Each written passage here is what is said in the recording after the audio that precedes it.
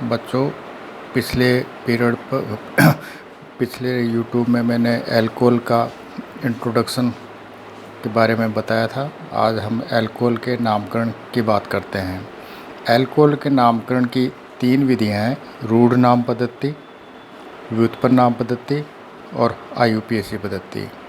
रूढ़ नाम पद्धति में अल्कोहल को एल्काइल अल्कोहल के नाम से जाना जाता है, जबकि व्युत्पन्न नाम पद्धति में ये मिथाइल अल्कोहल के व्युत्पन्न माने जाते हैं और मिथाइल अल्कोहल को कार्बिनोल कहा जाता है।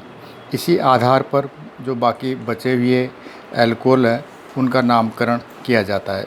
उदाहरण के लिए जैसे अपने माना कि CH3OH कार्बिनोल है, तो जो मिथाइल ग्रुप हाइड्रोक्सिल ग्रुप के साथ जो कार्बन जुड़ा हुआ है, मिथाइल का कार्बन जुड़ा हुआ है, इस मिथाइल के कार्बन के हाइड्रोजन परमाणु यदि किसी एल्काइल ग्रुप से रिप्लेस कर दिए जाएं तो उसी एल्काइल ग्रुप के आधार पर उस यौगिक का नामकरण इस पद्धति में किया जाता है। जैसे उदाहरण के लिए ये जो पार्ट है CH2OH, ये कार्बिनोल मान लेंगे और इसके मिथाइल ग्रुप जुड़ा हुआ है तो इसे हम मिथाइल कार्बिनोल कहेंगे। इसी तरह से यहाँ देखिए CH2OH, ये कार्बिनोल हो गया, इसके साथ इथाइल ग्रुप जुड़ा हुआ है इसलिए इथाइल कार्बिनोल कहलाएगा।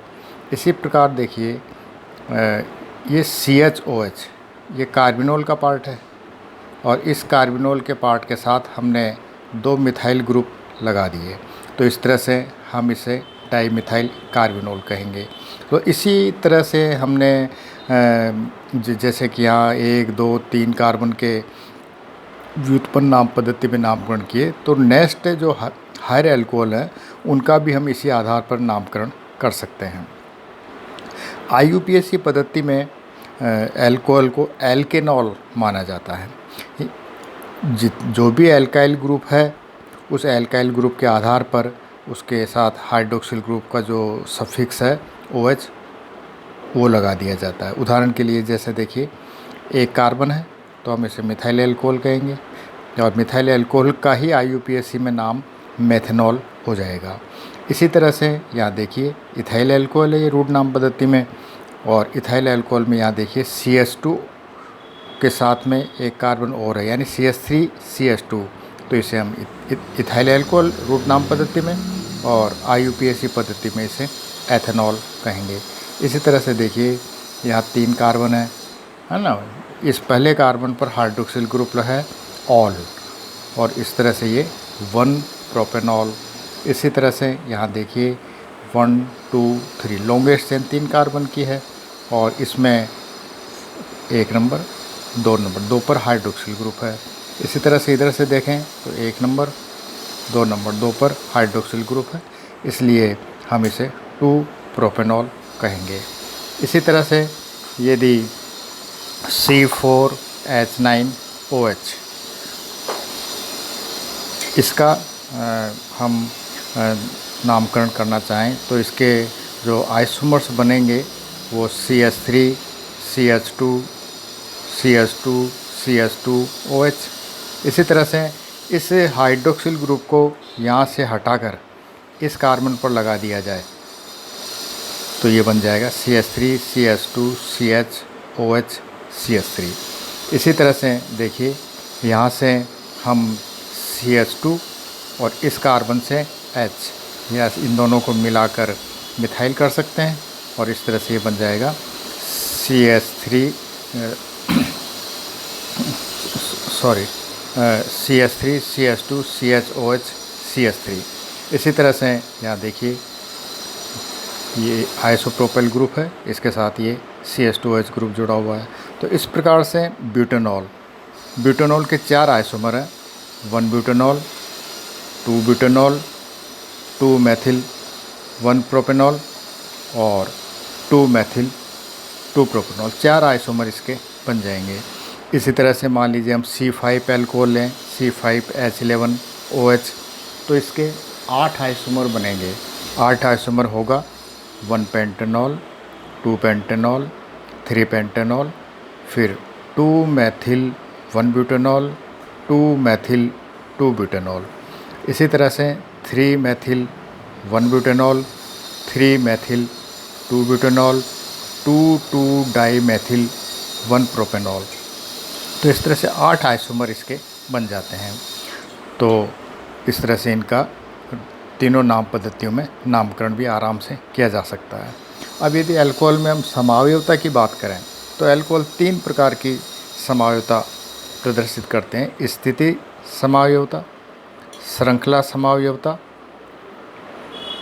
क्रियात्मक समूह समावयवता और प्रकाशिकी समावयवता। स्थिति समावयवता, इसमें स्थिति में परिवर्तन होता है। जो भी क्रियात्मक समूह है उसकी स्थिति में परिवर्तन होगा। श्रृंखला समावयवता, इसमें श्रृंखला में परिवर्तन होगा, स्थिति में कोई परिवर्तन नहीं होगा।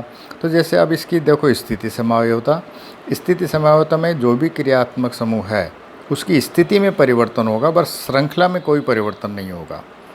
तो इसी तरह से श्रृंखला समावयवता में श्रृंखला में परिवर्तन होगा, परंतु जो भी क्रियात्मक समूह है उसकी स्थिति में कोई परिवर्तन नहीं होगा। इसी तरह से तीसरी समावयवता अल्कोहल द्वारा दिखाई जाती है, वो है क्रियात्मक समूह समावयवता, और चौथी है प्रकाशिकी समावयवता। तो हम बात करते हैं पहले स्थिति समावयवता की। स्थिति समावयवता में जैसे कि अभी मैंने बताया था कि जो भी क्रियात्मक समूह है उसकी स्थिति में परिवर्तन होगा। उदाहरण के लिए जैसे C4 अल्कोहल है, तो C4 अल्कोहल में देखिए हाइड्रोक्सिल ग्रुप की स्थिति में परिवर्तन कर दिया जाए तो 1 ब्यूटेनॉल और 2 ब्यूटेनॉल 2 बन जाएंगे। इसी तरह से श्रृंखला समावयवता की बात करें तो C4 अल्कोहल से 1 ब्यूटेनॉल।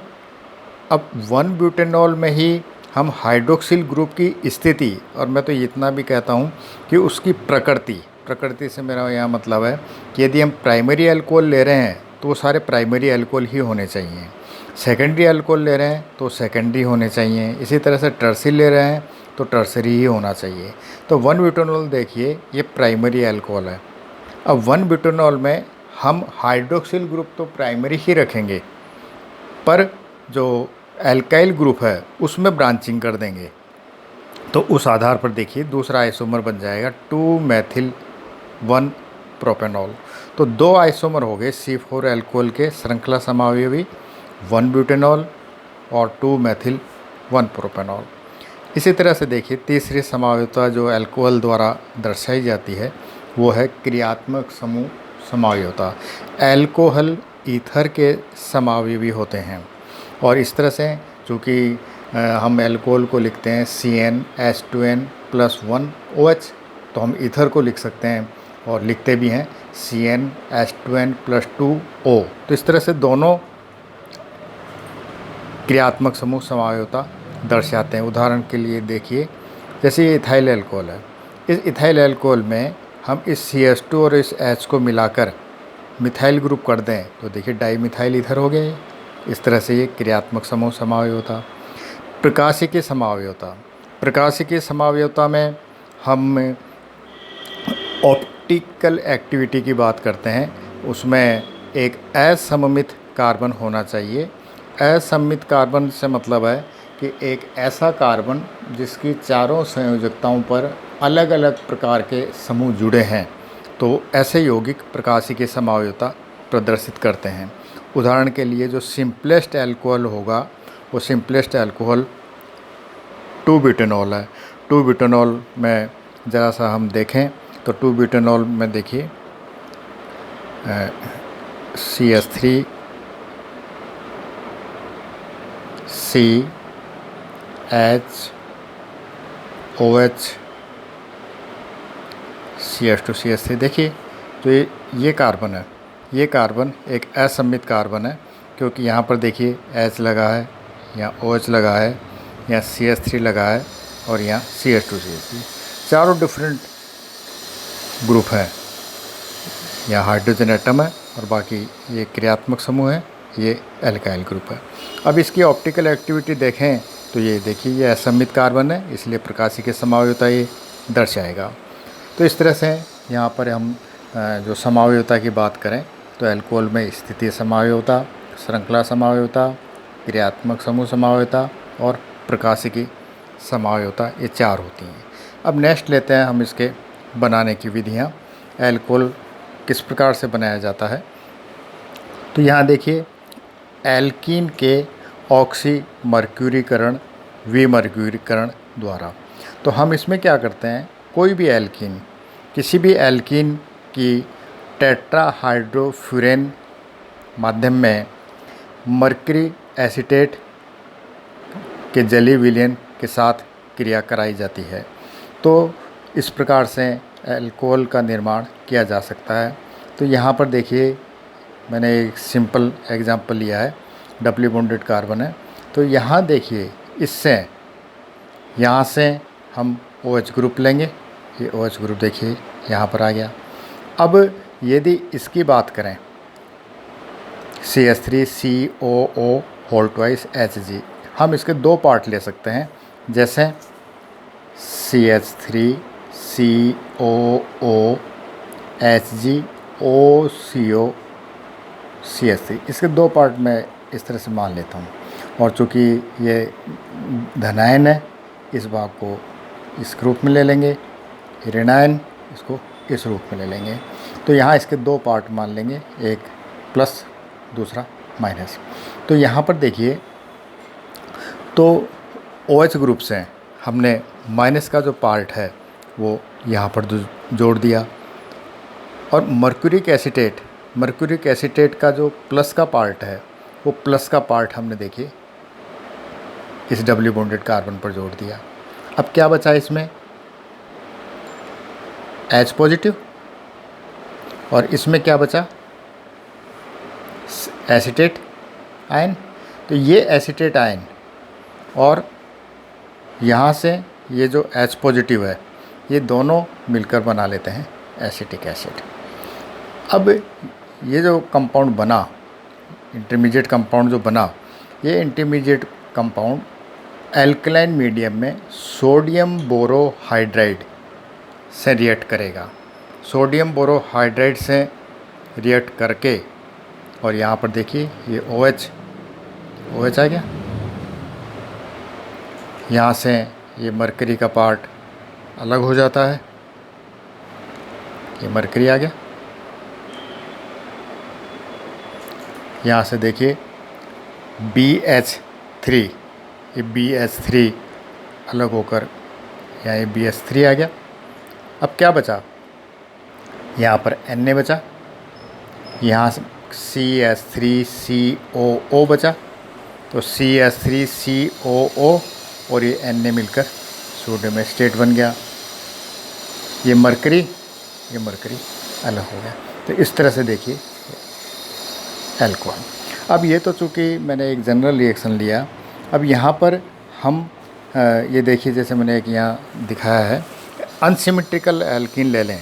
तो इस अनसिमेट्रिकल एल्कीन में देखिए, यदि इसकी पोलैरिटी देखी जाए तो एल्काइल ग्रुप के प्लस आई इफेक्ट के कारण से जो इंडक्टिव इफेक्ट है वो इस तरीके से होगा, और कुल मिलाकर ये माना जाएगा कि यहाँ पर CH पॉजिटिव धनायन आंशिक धनायन के रूप में काम करेगा, पार्शियली पॉजिटिवली चार्ज हो जाएगा, और यहाँ पर ये कार्बन पार्शियली नेगेटिवली चार्ज हो जाएगा। तो इस तरह से अब यहाँ देखिए, ये प्लस पार्ट है, ये माइनस पार्ट है। तो ये जो प्लस पार्ट है, इस प्लस पार्ट पर माइनस पार्ट जाना है। अब जैसे ये जो रिएक्शन देख रहे हो यहाँ, इस रिएक्शन में माइनस पार्ट कौन सा था, OH। तो ये OH कहाँ जाएगा, इस पर, है ना। अच्छा, तो एक चीज़ हमने यहाँ ये नोट की होगी कि जो ये एल्कीन है, इस एल्कीन से ये अल्कोहल बना। तो कुल मिलाकर क्या हुआ है, यहाँ जलयोजन हुआ है, एक कार्बन पर OH जुड़ा है और दूसरे कार्बन पर H जुड़ा है। तो इसी तरह से यहाँ पर भी होगा, एक कार्बन पर OH जुड़ना है और दूसरे कार्बन पर H जुड़ना है। अब किस कार्बन पर OH और किस पर H जुड़ना है, OH चूँकि आंशिक ऋणावेशित है और H आंशिक धनावेशित है, तो इस तरह से ये आंशिक धनावेशित भाग, इस पर क्या जाएगा, OH, यहाँ OH आ जाएगा और यहाँ पर H आ जाएगा। तो अल्कोहल कौन सा हो जाएगा, RCHOH CH3, कौन सा अल्कोहल हो गया? सेकेंडरी अल्कोहल हो गया। तो इस तरह से हम अल्कोहल का निर्माण कर सकते हैं। अब एक चीज़ हम यहाँ पर ये भी नोट करेंगे कि ये जो अल्कोहल बन रहा है, ये अल्कोहल यहाँ पर सेकेंडरी अल्कोहल बन रहा है और मार्कोनिकॉफ रूल के अनुसार इसका निर्माण हो रहा है। इसी तरह से एल्कीन का निर्माण करने के लिए एल्कीन का जलयोजन भी कर सकते हैं। एल्कीन वाटर से रिएक्ट करती है, तनु एस्टर सपोर्ट से क्रिया कराई जाती है और इस तरह से ये आ जाता है। तो इस प्रकार से इसका निर्माण किया जा सकता है।